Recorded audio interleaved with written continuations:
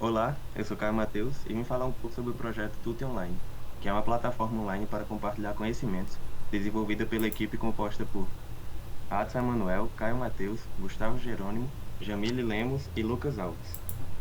O Tuti Online ele é um projeto de uma plataforma de interação entre pessoas para que elas partilhem conhecimentos, experiências e vivências em diversas áreas. Desse modo, criando uma comunidade mais interativa, conectando pessoas com interesse em assuntos em comum.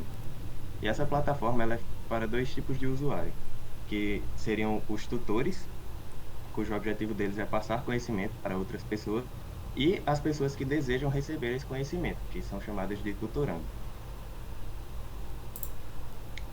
Bom, no desenvolvimento do projeto, algumas funcionalidades foram implementadas, foram requeridas para que o usuário ele tivesse uma melhor experiência. Então, o tutorando, ele é capaz, no nosso sistema, de listar as turmas a partir de uma determinada competência. Então, ele pode buscar a turma, informando a competência que ele deseja aprender, e vai aparecer uma lista com elas. E ele também pode listar os tutores que ofertam tal competência. E, além disso, o tutorando ele também pode acessar o perfil de um tutor, onde ele vai encontrar dados como o contato para se comunicar com o tutor, uma avaliação dada por outros usuários, e ele também pode acessar a sala virtual desse tutor. No desenvolvimento do projeto, nós utilizamos tecnologias. Durante o pré-desenvolvimento, elaboramos interfaces e telas do projeto, utilizando os conceitos de Design Thinking, junto com conhecimentos em UX e UI Design, a fim de apresentar uma interface limpa e objetiva para melhor usabilidade da aplicação, utilizando também os diagramas como referência para o desenvolvimento do projeto. E na parte do desenvolvimento em código, utilizamos para o back-end, utilizamos Node.js para simular o ambiente de desenvolvimento do sistema, e JavaScript como linguagem principal, e Express para gerenciamento de rotas e relação do sistema. Já para o front-end foi utilizado HTML como a estrutura da página, EJS para que pudéssemos rodar o JavaScript junto com o HTML e o CSS para estilizar e organizar os elementos da tela. Bem, para o desenvolvimento em si do projeto, foi feito em um primeiro momento o diagrama de classes para que pudesse ser identificado os objetos que farão parte do nosso programa. Em um primeiro momento, nós criamos a classe usuário, que é a nossa classe principal. Ela é composta por 5 atributos e 3 métodos, dos quais esses métodos eles apresentam o nome dos parâmetros, né, e o tipo de retorno. Além disso, é possível ver também que a classe usuário possui um nome e um e-mail, da quais são atributos públicos, e apresenta também uma senha, que é um atributo privado. A partir daí, temos também métodos, que são set usuário, edit usuário e get usuário, todos do tipo público, né? A partir desse momento, nós temos agora uma relação de herança entre a classe usuário e a classe tutorando, né? Essa classe tutorando, ela vai herdar características dessa classe usuário, tendo mais especificamente um atributo a mais, que nesse caso é a sala matriculada, né? Além disso, também apresenta os métodos set sala matriculada e get sala matriculada. De posse de tutorando, fizemos uma associação entre a classe tutorando e a classe tutor, das quais a classe tutor ela apresenta, além das características já citadas anteriormente, uma avaliação e uma atribuição sala criadas. Além disso, apresenta os métodos set sala criadas, update sala criadas e get sala criadas. De posse dessas duas classes, foi possível implementar a classe que vai reger o funcionamento do nosso projeto, né? Essa classe é a classe sala, que funciona a partir das relações que se tem com o tutorando e com o tutor. Então, com o tutorando, nós temos que o tutorando pode estar matriculado em diversas salas, e uma sala pode ter diversos tutorandos. Já a relação com o tutor é diferente, né? O tutor ele pode, ele pode criar diversas salas, mas uma sala só pode ser criada apenas por um tutor. Bem, este foi o diagrama de classe, e depois do diagrama de classe, passamos a desenvolver o diagrama sequencial. O diagrama sequencial, ele é formado pelo front-end, pelo back-end, pelo database. Nele, nós temos funções que, ao serem requeridas no front-end, são mandadas ao back, e respostas são mandadas de volta do back para do database para o back e do back para o front. Então, no primeiro momento, nós temos a função busca competências, que vai requisitar as competências do back-end, e por sua vez irá fazer com que irá esperar do database as respostas das competências listadas, né? Essas competências serão retornadas e a partir do back-end elas serão mandadas para o front-end em forma de um array. Também temos a função busca tutores, né? Que foi separada a partir das competências. Essas competências elas serão ordenadas dentro do próprio back-end depois de terem sido buscadas lá no nosso database. A partir do momento que o back-end já estiver com as competências enviadas pelo database e ordenadas, elas serão enviadas de volta para o front-end. Bom, agora em posse dos diagramas em mãos, a gente vai poder entrar na parte do protótipo. O protótipo, a gente utilizou algumas tecnologias. Uma delas foi o Design Thinking, que é uma tecnologia que a gente pega uma dor, umas requisições, e a partir dela a gente chega a uma solução. A gente passa por alguns processos, como idealização, testes e protótipo, para saber se isso realmente é a solução que o cliente deseja. E a partir desse Design Thinking, a gente chegou à solução de um desenvolvimento web, de uma aplicação web. Então, a partir disso, a gente começou a aplicar tecnologias de design em si, como o design UX e o design UI. O UI é o que você está podendo ver agora, que é a tela de login, por exemplo, onde você consegue ter a interface do usuário. Já o UX seria a parte do protótipo, que é clicável, e a parte funcional. Vamos apresentar a parte funcional agora do projeto. Você pode ver agora a tela de login, que é uma tela que está feita onde você pode clicar em entrar e você pode ter acesso a outra tela, que seria a tela de perfil. A partir disso, você poderia clicar em editar também, para editar o perfil. Você pode clicar em deletar o perfil para voltar para a tela de início. Você pode também clicar em cadastrar, para você poder cadastrar um perfil, caso você não tenha. Você pode, clicando em cadastrar, você entra no perfil, na tela de perfil novamente. Você pode clicar em salas para ver as salas que já existem na aplicação. E clicando em entrar na sala, você consegue entrar na sala em si. Olá, meu nome é Gustavo. Eu vou fazer agora a introdução da implementação de como foi feito o projeto. Aqui no diretório já a gente pode ver um pouco da estrutura dos arquivos que foram feitas, que foi feita no nosso projeto, né? Como foi falado antes, nós utilizamos o Express e o Node para gerenciar essa parte com o banco de dados e os dados que a gente tem na nossa aplicação. Mostrando um pouco mais da implementação, o Express ele é responsável por pegar as rotas do sistema, ou seja, com ele a gente vai conseguir lá no navegador clicar na barra correta, no caso classe ou profile, para acessar exatamente os conteúdos que a gente deseja.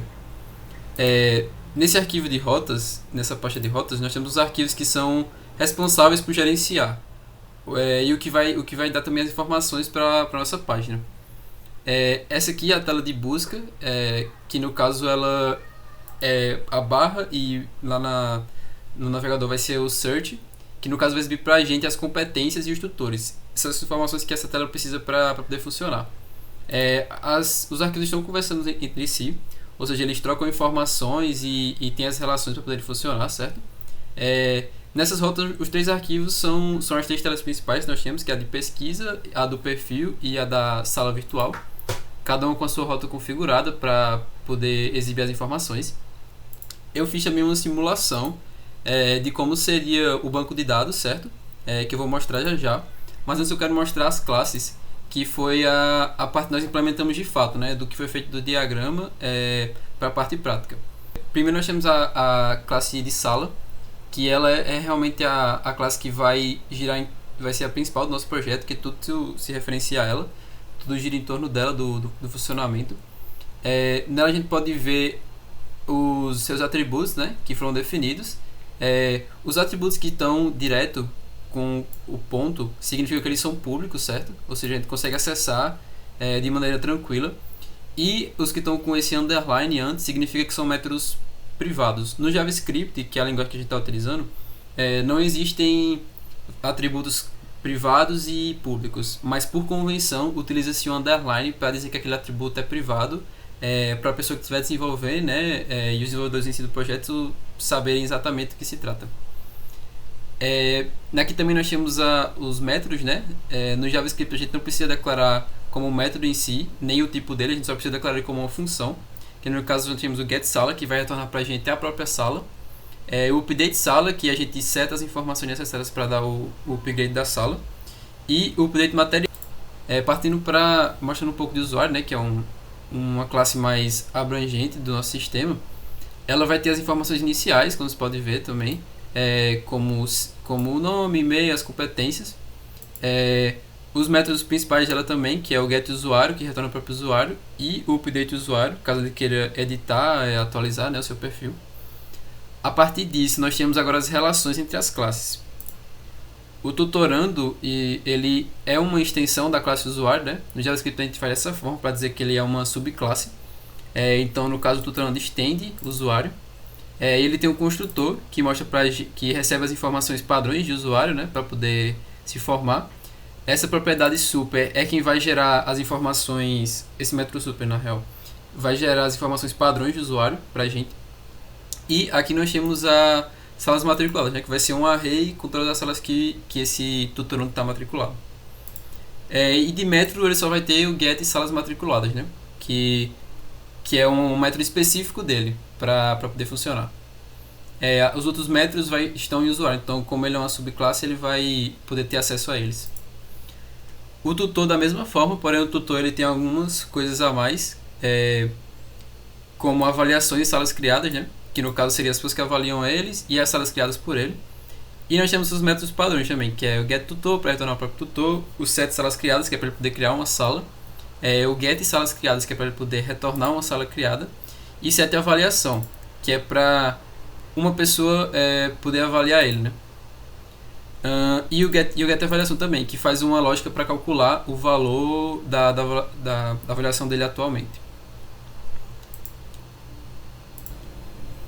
Em relação aos padrões de projetos, né, que a gente estudou na disciplina, o JavaScript nativamente não permite que a gente utilize composição, que no caso seria o padrão que mais se encaixaria no nosso exemplo, que seria o decorador. Nele a gente conseguiria, né, ter duas classes diferentes, que seria tutor e tutorando, de uma forma que resolveria o nosso problema. Porém, por não existir composição em JavaScript, a gente, de forma nativa, né, a gente utilizou uma forma parecida, que são utilizando funções declarativas, que seriam essas aqui, o próprio reduce, que ele recebe uma função como parâmetro. Então ele nos ajuda a fazer o cálculo da composição de uma forma mais prática e declarativa, né? sem precisar especificar tanto e amarrar tanto as nossas relações. Sobre os testes, nós utilizamos uma biblioteca de JavaScript, né, que se chama Jest. Essa biblioteca permite a gente criar testes automatizados, né, e testes unitários também, mas a ideia dele é que ele se propõe a ser uma forma mais simples de teste mesmo. Então aqui, como vocês podem ver, a gente fez a criação dos testes, né, que no caso foram testes mais para verificação da criação das classes e da exibição delas, né, que no caso, como elas foram criadas, se está tudo correto. Por exemplo, aqui nesse teste a gente pode verificar a criação de um tutor, que no caso a gente faz a criação do tutor aqui e espera, né, as saídas que a gente quer que ele tenha, que no caso ele não pode ser indefined, que no caso ele tem que existir, e a gente verifica o nome, que foi o nome que a gente definiu aqui. Então a gente dessa forma vai conseguindo testando e vendo como é que está se comportando o nosso sistema. A gente fez mais dois testes, que foi para verificar a criação de uma sala a partir do tutor, desse tutor aqui. e também para verificar uma avaliação feita ao tutor. No caso, inicialmente a gente testa para ver qual vai ser a saída se eu pegar a avaliação de um tutor que não tem saída, que não tem avaliação, desculpa. E eu seto uma avaliação nesse tutor, mas agora quando eu vou fazer o get dessa avaliação, eu espero que ela tenha um valor, né? Não é mais nenhuma avaliação, porque eu fiz uma. E aí eu espero que ele me retorne alguma coisa. E aí rodando aqui os testes.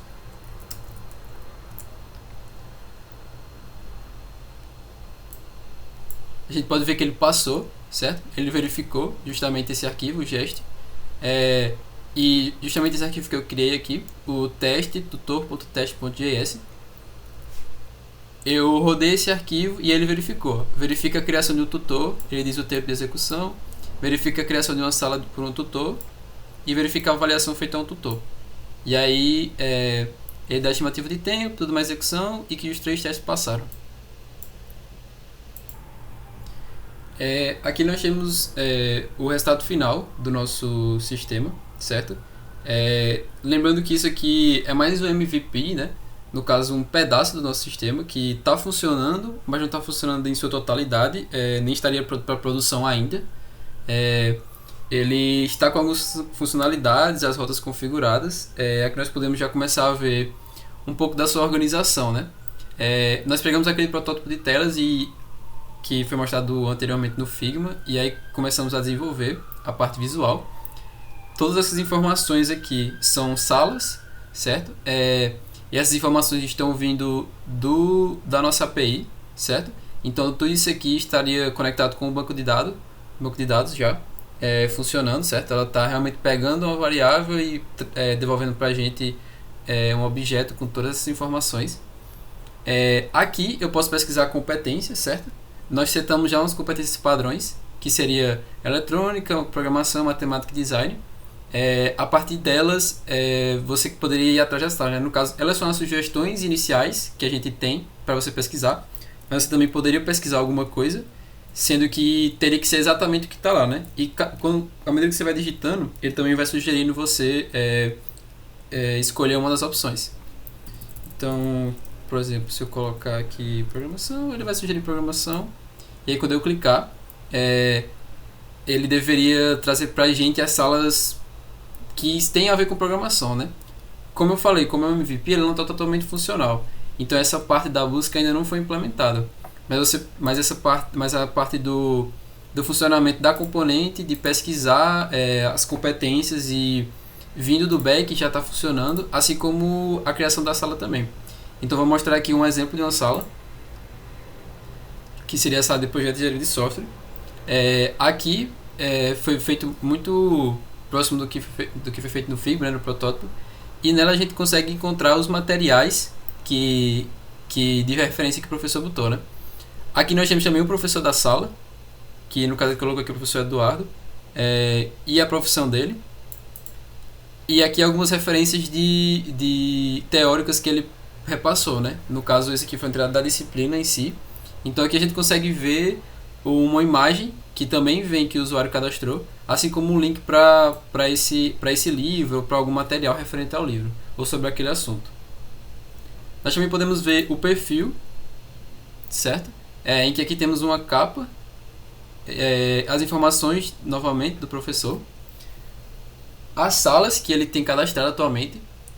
Esse link aqui vai devolver a gente de volta para aquela sala que a gente estava antes. Então as coisas já estão conversando entre si. Os reviews, como não tem nenhum review feito, então a nossa API devolve para a gente justamente a informação correta, que no caso não tem nenhuma avaliação. Aqui nos contatos a gente consegue ver também o e-mail do professor. E aqui nós temos todas as competências que foram cadastradas no banco de dados, né? Ou seja, tudo isso aqui está vindo funcional, né? Está se conectando com a nossa API. E todas essas competências estão relacionadas ao perfil dele. Com isso a gente finaliza aqui a apresentação. Essa é a parte mais funcional do nosso sistema. E foi só isso mesmo. Obrigado.